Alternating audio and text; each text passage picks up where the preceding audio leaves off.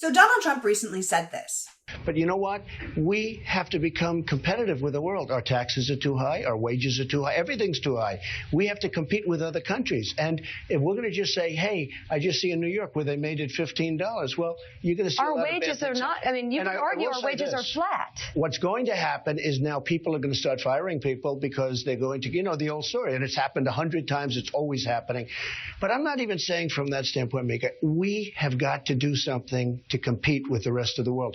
Our country is not competitive anymore. That's why we're losing. First of all, our taxes are about as low as they've ever been, especially if you're a rich dude like Trump, whose only real accomplishment in the 4 years he was president was to give a massive tax cut to the ultra-rich. In fact, he recently did a speech at a private fundraiser with some of the richest people in America, just complimenting them on being so wealthy and promising to cut their taxes even more, to make them a lot of money. So just like when he was president the first time, he's not looking to lower taxes for the American people. He's looking to lower his own personal taxes and the taxes of donors who support him, to give more money to the people who are already living so high on the hog they can't even see us anymore. And what was that other part? Oh, our wages are too high. Bro, what? Everyone knows, well, everyone who actually works and doesn't think you have to show ID to buy bread knows that wages are too low, way too low. That even though the United States has the lowest level of inflation compared to any other nation, the greed of our corporate overlords, those people sitting at $800,000 a seat dinners, is off the charts. Everything costs too much in this country, and the prices are not coming down because those people don't care about us. They care about profit. We can't afford school. We can't afford homes. Some of us can't afford food. But yeah, let's lower our wages and their taxes. That is a great plan.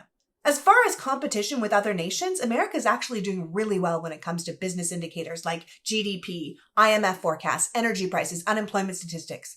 The US economy is among the strongest economies in the world. We never got that recession that was predicted at the end of 2022, and our stock market has never been higher. If it was just about business, we're not only competing, America is thriving and winning. So Trump clearly doesn't know what he's talking about.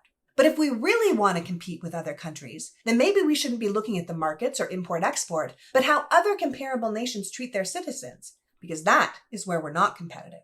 Did you know that over 75 countries have some form of universal health care that takes care of the health of their populations? 75 countries. Are we one of them? No, we are not. Did you know that 141 countries offer maternity leave, with 41 of them offering paid maternity leave? Do we do that? No, we do not. In fact, the US is actually just one of 7 countries in the world that doesn't guarantee some type of maternity leave when you have a child. But please, let's be the country that forces women to be pregnant. That seems like a solid plan for a nation that doesn't prioritize mothers or babies. 29 countries offer free college. While Americans spend more money on college than almost every other nation in the world, with many of our young people starting their lives deep in debt from predatory loans owned by the same companies that Donald Trump is promising to give more money to.